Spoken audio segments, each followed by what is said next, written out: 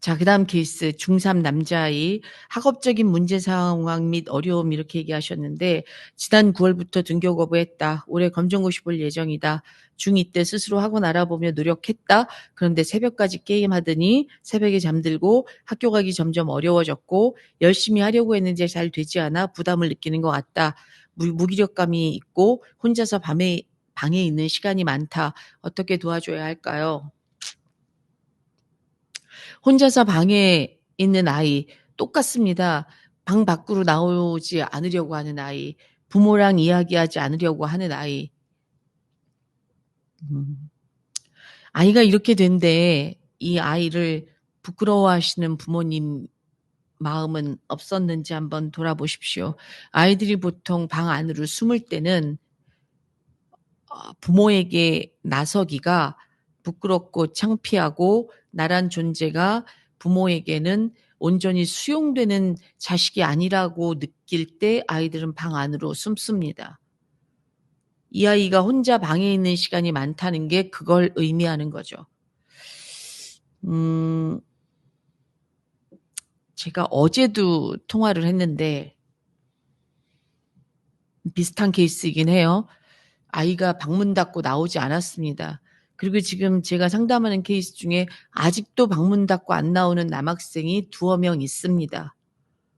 물론 등교 거부, 이제 방학이니까 모르죠. 3월 돼봐야 하는 일이고. 자, 그런데, 이 중에 나온 아이는 있습니다. 한 명. 어머님 상담 6번만입니다. 왜 나왔느냐? 어머님이 아이에게 한 행동, 내가 이 아이를 얼마나 괴롭혔는가, 이걸 돌아보시기 시작하시면서 아이가 방 밖으로 나왔습니다. 아, 내가 끊임없이 잔소리하는 잔소리쟁이였구나. 내가 끊임없이 아이에게 이거 해라, 저거 해라, 저거 해라, 답을 주는 엄마였구나. 너 이렇게 하면 이렇게 돼. 라고 아이를 협박했던 엄마였구나.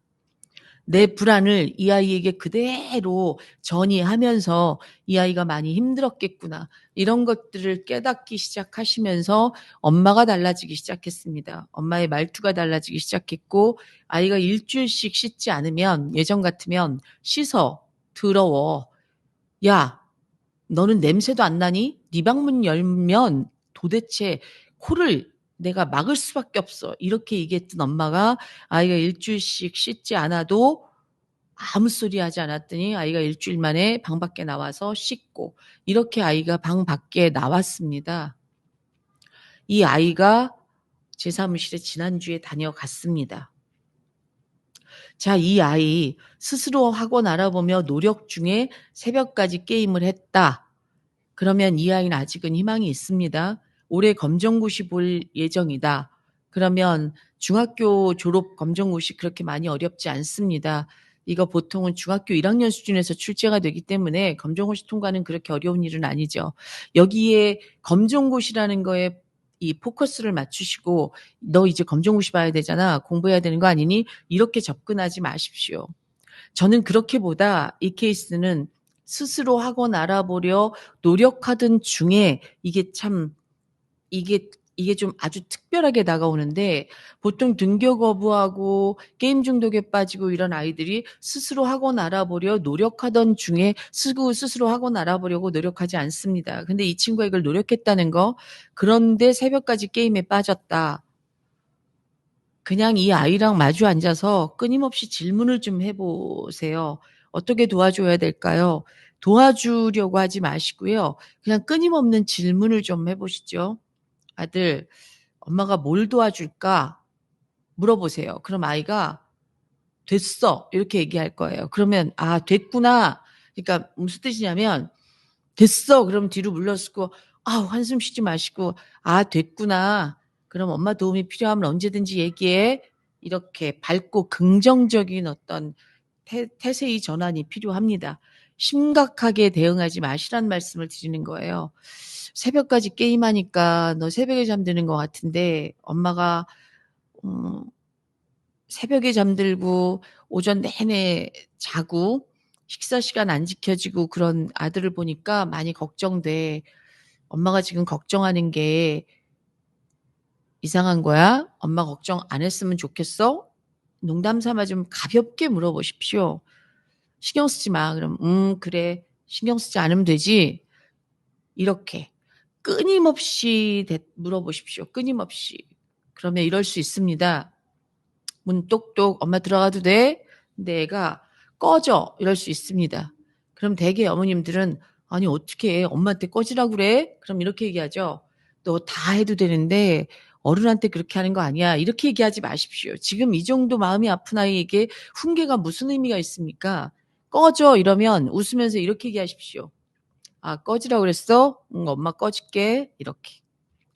계속 이걸 하루아침에 해결하겠다고 생각하지 마십시오. 왜냐하면 애가 이렇게 됐는데 한번 이 시간을 한번 따져보시죠. 지난 9월부터라고 얘기하셨는데 지난 9월부터 등교 거부했는데 이 아이가 등교 거부하기 전에 어떤 어려움이 있었는지를 한번 생각해 보십시오. 학교에서 학업적인 어려움은 없었는지, 친구 관계의 어려움은 없었는지, 선생님하고의 사이에서 문제는 없었는지 이걸 다 보신다고 그러면 이 아이가 9월부터 등교 거부했지만 이 아이가 심리적으로 어려움을 느낀 건 9월부터일까요? 그 이전일 텐데 이걸 하루아침에 해결하겠다고 막 폭풍같이 잔소리하신다고 해결되지 않습니다. 저희 케이스 중에 이런 케이스 있었습니다. 제가 사전 상담을 했었고 저는 이 친구 한 번도 얼굴 못 봤습니다. 또 이거보다 더 심각했습니다. 왜냐하면 이 친구는 엄마한테 욕을 했고요. 엄마랑 학교 안 가면 막 폭력적으로 엄마를 때리기도 했었던 친구고 뭐 문을 부수는 건 다반사였고 그 어머님이 오셔서 죽고 싶다는 얘기를 많이 하셨던 케이스였습니다. 제가 안 맡았어요. 왜냐하면 아 내가 안 맡아도 되겠다라고 생각해서 이거 저희 사무실에 있는 다른 선생님한테 넘겼던 케이스입니다. 10회기 상담 종료한 게 제가 기억하기로 3주 전입니다. 3주 전에 10회기 상담 종료했는데 아이는 안 왔고 엄마만 와서 계속 자기 치유하셨습니다. 이 상황을 만든 게 내 내면의 문제라는 걸 받아들이셔야 됩니다. 아이가 이런 상황에 놓인 건 결코 아이의 문제가 아니라 내 문제라고 받아들이시고 나면 이 문제 해결하실 수 있습니다. 근데 아직 이 친구는 절박하지 않으시기 때문에 이게 왜 내 문제야? 이렇게 생각하실 수 있지만 이게 절박한 상황까지 가고 나면 우리 아이 살려주세요 이러고 사무실에 들어오실 때는 그땐 내 문제라고 생각하시면서 들어오십니다. 이 케이스를 10회기 가는 동안에 어머님의 상처 치유에 집중하면서 갔었던 케이스였었고 5회기, 6회기, 7회기 넘어가면서부터는 아이가 이렇게 할 땐 이렇게 대응해 주세요. 아이가 이렇게 할 땐 긍정적으로 좀 대응해 주세요. 아이가 이렇게 할 땐 이런 것들을 구체적인 훈육 방법에 대해서 이야기했었던 케이스입니다. 근데 이 아이가 학교를 가겠다고 이야기했고 공부를 시작했고 그 게임 중독자였던 이 아이가 제 시간에 잠이 들고 아침엔 일어나서 깨서 씻고 운동을 하기 시작을 했고 엄마에게 장문의 사과의 편지를 쓰고 이렇게 끝이 난 케이스가 있습니다. 어떻게 이런 일이 가능해요, 박사님? 이렇게 물으시면 저는 집단 무의식이라는 것도 있고 또 우리가 잠재의식이라는 것도 있다라는 걸 이 영상을 보시는 많은 분들이 아실 것 같아요. 이런 걸 믿는다면 내 안의 문제가 해결되면 아이 문제가 해결된다라는 걸 이걸 충분히 이해하실 수 있을 것 같습니다. 왜냐하면 어제 오셨던 그 충청도 어머님이 박사님 내가 달라졌는데 내가 치유받았는데 왜 애가 달라지죠? 이게 방향이 맞나요? 정말 신기하고 의아해 하시니까 저한테 이걸 질문하셨죠. 네, 맞습니다. 자, 그러면 제 말을 믿기가 어려우시다면 이지원 원장님이라고 부산에서 내과를 운영하시는 이지원 원장님이라고 계십니다. 일종의 심의, 마음을 보는 내과 의사 선생님이시죠. 저는 이분 영상을 보고 깜짝 놀랐습니다. 이분이 저하고 같은 생각을 하고 계십니다. 이제 지금 접속하신 부모님들 중에는 저하고 이미 상담 중에 계신 분들도 있을 텐데 제가 이 이야기를 무수히 많이 해드립니다. 내가 맞나?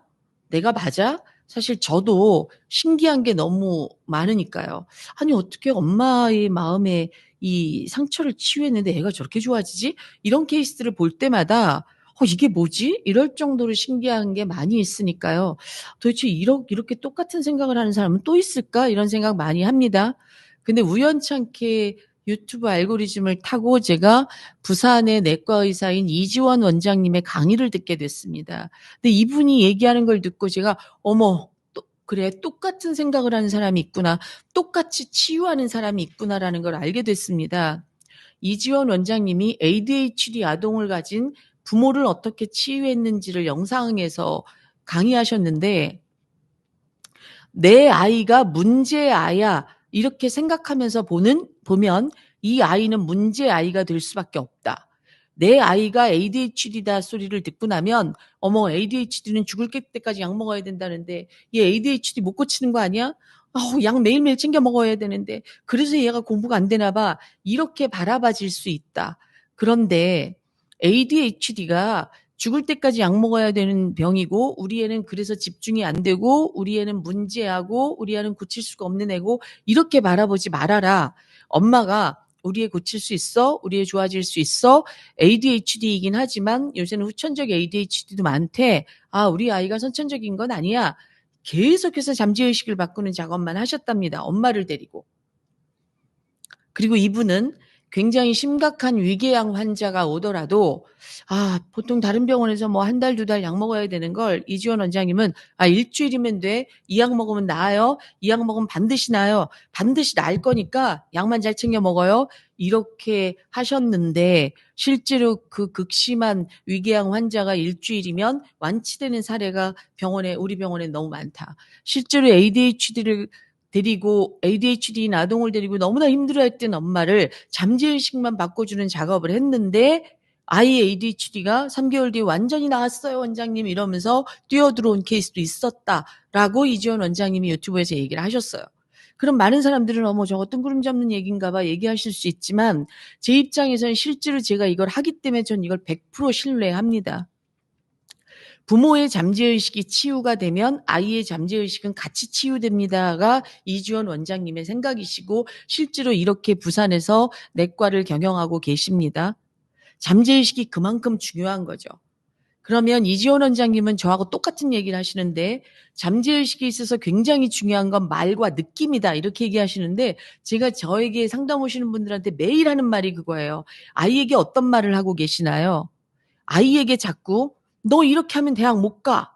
자, 공포. 어쩌려고 그러니? 걱정.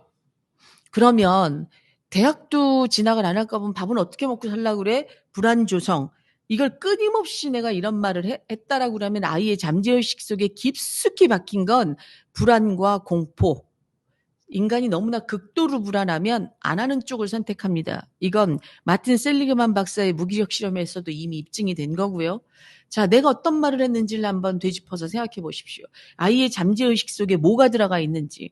지금 학업적인 문제 상황, 어려움, 이 어려움을 있는 현상 그대로 그 팩트를 이렇게 보시되 이 아이가 이렇게 되도록 나는 무슨 말을 했는가? 이 아이가 이렇게 되도록 나는 어떤 지금 느낌이고 어떤 감정인가? 실제로 이 아이가 지금 이런 상황이 있긴 하지만 어머님이 저 아이 틀림없이 검정고시 볼 거야. 그리고 검정고시 보고 나면 아마 고등학교 진학을 고민하겠지.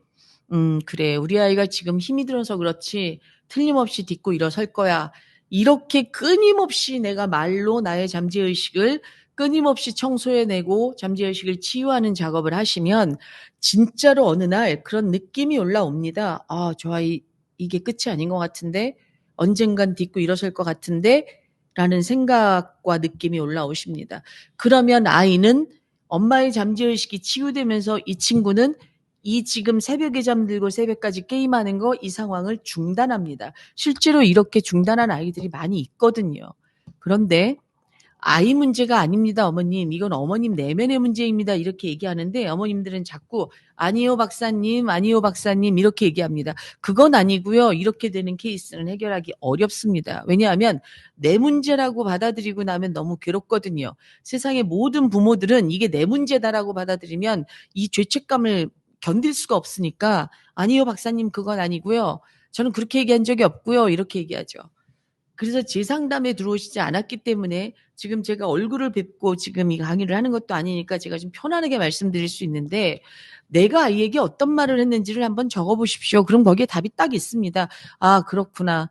내가 이렇게 이 아이를 무릎을 딱 꺾어서 지금 주저앉게 만든 게 내 말이었구나. 결국 이렇게 될 수밖에 없게끔 만든 건 나구나라는 걸 깨닫고 나시면 뭐를 하셔야 되냐면 내 문제를 해결하셔야 됩니다. 내 잠재의식을 끊임없이 청소해 내시고 내 무의식 속에 있는 내 상처를 끊임없이 치유해 내셔야 됩니다. 왜냐하면 이것도 12번쯤 말씀드렸는데, 사람은 자기가 경험한 것만 가지고 지금 삽니다. 다시 말씀드리면 극도의 불안을 가지고 불안을 경험하면서 큰 어떤 A라는 사람은 성인이 돼서도 극도의 불안감을 가지고 살 수밖에 없습니다. 이건 원칙이지 않나요? 자, 내가 먹어보지 못한 음식을 지금 와서 그거를 용기를 내서 먹을 수 있는 성인이 몇 명 있을까요? 그런데 지금 애들에게 메뚜기 먹어봐. 그러면 애들은 죽어도 못 먹습니다. 그걸 어떻게 먹어? 이렇게 얘기하죠. 그런데 지금 40대, 50대들이 메뚜기도 먹어본 시골에서 큰 그 40대, 50대들은 아, 메뚜기 튀긴 거 먹을 수 있죠. 이렇게 되는 거예요. 우리는 경험한 감정만을 지금 현재 또다시 재경험하면서 사는 겁니다. 내가 자랄 때 어떤 감정 경험을 했느냐, 내가 자랄 때 어떤 경험을 했느냐, 내가 학습 때문에 어떤 어려움을 겪었느냐, 반드시 있습니다. 그렇기 때문에 지금 당장 내 내면의 문제를 치유할 수 없다 그러면 계속해서 긍정적인 말을 해주십시오. 아들, 네가 지금 비록 이러고 있긴 해. 근데 엄마는 이게 계속 갈 것 같진 않아. 왠지 그래. 엄마 느낌은 그러네. 그냥 아들이 언젠간 툭툭 털고 일어나서 나올 것 같아. 이걸 계속 하는 거죠. 근데 이걸 지구력 있게 못 하시는 이유는 한 가지입니다. 하시면서도 불안한 거예요. 하시면서도 과연 될까? 과연 될까? 그 불안 딱 내려놓고 그냥 내 잠재의식을 내가 다시 세팅하겠다. 내 무의식 속에 있는 이 부정적인 성향을 내가 완전히 이거를 끄집어내겠다는 생각을 가지고 계속 하시는 거죠. 이 예비고3 여학생도 마찬가지입니다. 그래, 네가 지금 힘들어서 그래. 그래, 엄마가 몰랐어. 많이 힘들 거야. 그런데 엄마는 말이야, 네가 가지고 있는 어떤 파워를 믿어. 그래서 이 어려움이 계속 갈 것 같진 않아. 엄만 너 믿어. 근데 설사 이 어려움이 좀 길어진다고 해도 엄마는 괜찮아. 너는 언제든 네 능력을 펼치고 갈 수 있을 거라고 엄마 믿거든. 이런 이야기를 계속 해줄 수 있어야 됩니다. 그래야 아이들이 이 학습적에 있어서 겪고 있는 학업적인 어려움들을 이겨나갈 수 있는 힘이 있습니다. 그래서 어머님들은 이 아이에게 무슨 얘기를 했는지, 그리고 이 아이에게 어떤 감정적인 전달을 했는지를 한번 체크해 보십시오. 그리고 아, 내가 이렇게 만들었구나라는 생각이 드시면 그걸 줄여가시면 됩니다. 긍정적인 사인을 주시고 긍정적인 느낌을 계속 가지시는 게 중요합니다. 왠지 잘 될 것 같아. 이럴 거 계속 애가 이러고 있을 것 같진 않아. 이런 느낌을 가지신다라 그러면 아이는 방 밖으로 나옵니다. 많은 분들이 저한테 물어보세요. 박사님, 저기 아드님을 키우셨다는데 아드님은 게임 중독 아니었나요? 저 게임 중독이었는데요. 그러면 아드님은 어떻게 게임 중독에서 벗어났나요? 전 아무것도 안 했는데요. 전 아무것도 안 했습니다. 그런데 2년 만에 아이가 방문을 열고 나왔습니다. 이렇게는 안 될 것 같아. 이렇게 계속 살면 인생 이거 나락으로 떨어질 것 같아서 대학 가야 되겠는데? 이러고 시작됐습니다. 그러면 제가 한 건 뭘까요? 제가 한 건 한 가지만 계속 물었습니다. 전 이 한 가지 질문이 너무 웃겨서 지금 생각하면 게임하는 아들 책상 위에다가 라면 끓여다 주고 볶음밥 해다 주면서 아들 인생 후지게 살 거니? 이것만 물어봤습니다. 그러면 저희 아들은 아니, 그래. 후지게 안 산다고 이것만 했습니다. 저희 두 모자의 대화는 2년 동안 이거였습니다. 아들 인생 후지게 살 거니? 아니, 그래. 후지게 안 산다는 거지? 끝. 근데도 제가 아들한테 너무 미안한 건 언젠가 영상에서도 말씀드렸는데 하필 그 게임하는 아들 컴퓨터 바깥이 유리창이었는데 제 표정이 읽혔나 봐요. 거기 비쳤나 봐요. 음식을 주고 밥을 차려주고 나오는데 제가 아들 뒷모습을 쳐다보는 모습이 저 한심한 새끼 이렇게 쳐다봤다는 거예요. 그걸 아들이 창문을 통해서 제 표정을 본 거죠. 나중에 시간이 아주 오래 지났는데 아이가 대학을 다니고 엄마 그랬잖아. 엄마가 나를 쳐다보는 그 눈빛, 내 뒤통수를 쳐다보면서 저 한심한 새끼라고 쳐다봤던 그 눈빛을 난 죽을 때까지 못 잊어버릴 거야. 이렇게 얘기했어요. 근데 실제로 그럼 안 했냐? 했습니다. 스스로 지금 고해성사하면 했습니다. 그래서 그때 너무 미안하다고 사과했었거든요. 너무 미안하다. 정말 미안하다.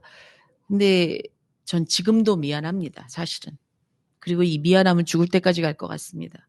왜냐하면 가해자인 저는 대수롭지 않은 행동이었는데 이 아이에게 굉장히 깊은 상처를 줬을 거라는 생각을 하기 때문에 미안합니다. 어머님들은 어떤 무의식에 어떤 상처가 있어서 어떻게 아이를 대하셨는지 제가 알 수 없죠. 그러나 분명히 이유가 있습니다. 아이들이 이렇게 이야기할 때는 또 아이들이 이렇게 힘들어할 때는 그 이유가 분명히 부모와 연관되어 있든 학교와 연관되어 있든 그 이유가 분명히 있습니다. 그런데 부모님들은 어떻게 생각하고 싶어 하느냐? 세상의 모든 부모님들은 공부하기 싫어서라고 생각합니다. 제가 공부하기 싫어서 그래. 이렇게 생각을 하죠.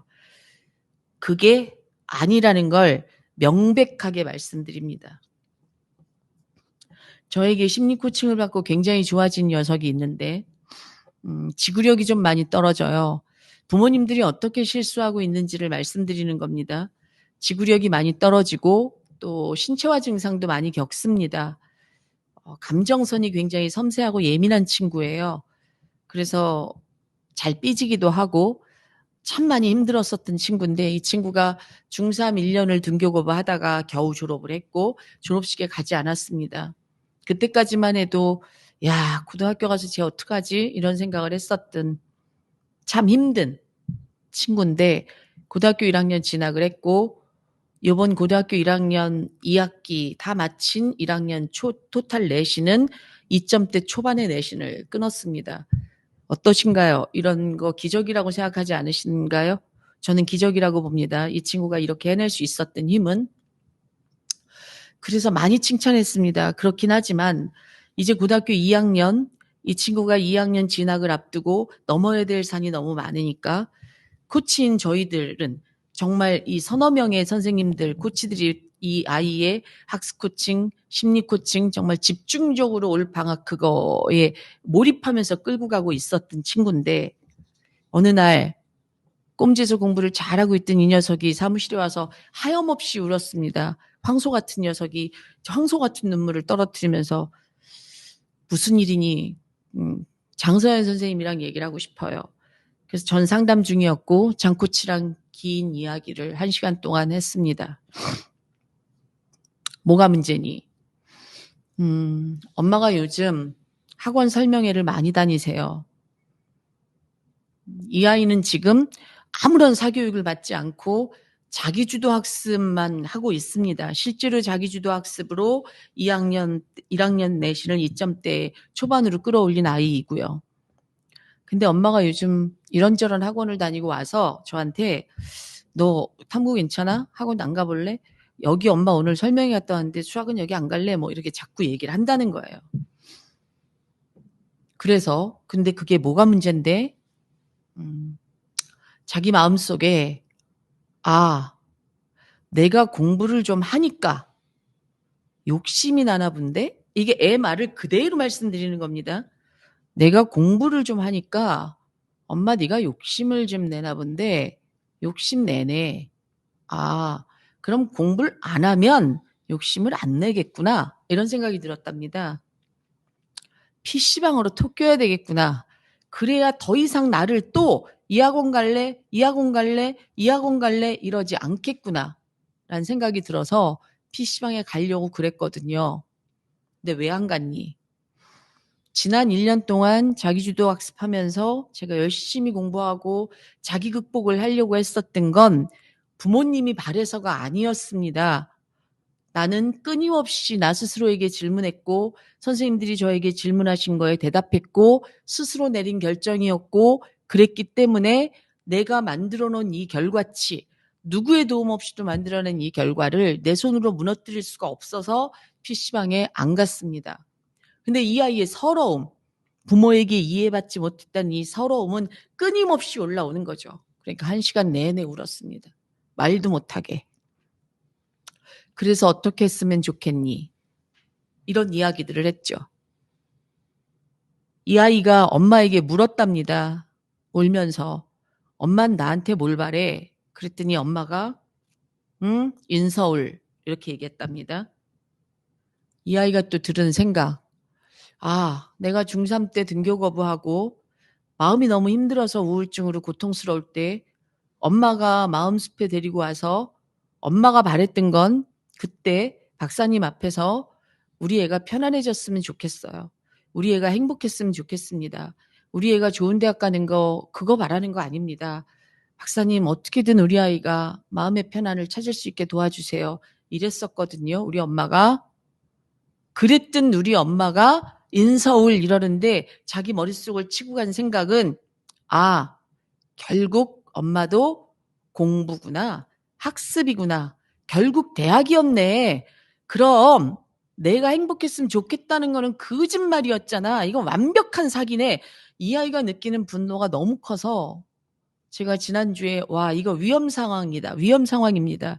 지금은 이 아이가 내 손으로 만든 탑을 이거를 부실 수가 없어서 PC방으로 안 쫓겼습니다. 얘기했지만 사실 부모님이랑 아주 사소한 감정선 이해되실까요?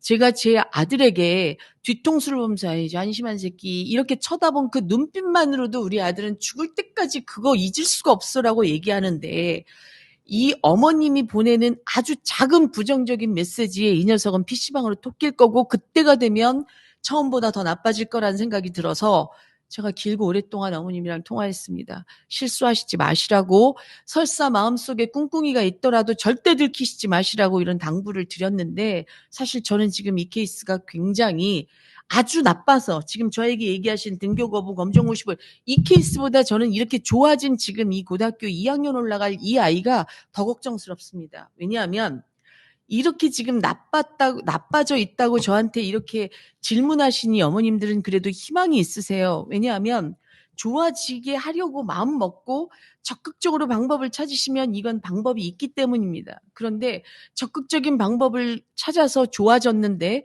그때 부모가 욕심을 내고 다시 무너지면 이건 더 이상 방법이 없습니다. 그래서 이 케이스는 희망을 놓지 마십시오. 그리고 찾으십시오. 이게 내 아이의 문제가 아니라 내 문제라면 그래 내 문제를 직면하고 한번 봐야 되겠다. 이렇게 접근해 보셔도 되고 여행도 가보시고 공감도 해보시고 안 되면 아이랑 앉아서 같이 울어도 보시고 이런 작업을 한번 해보십시오. 이건 아직 희망이 있습니다.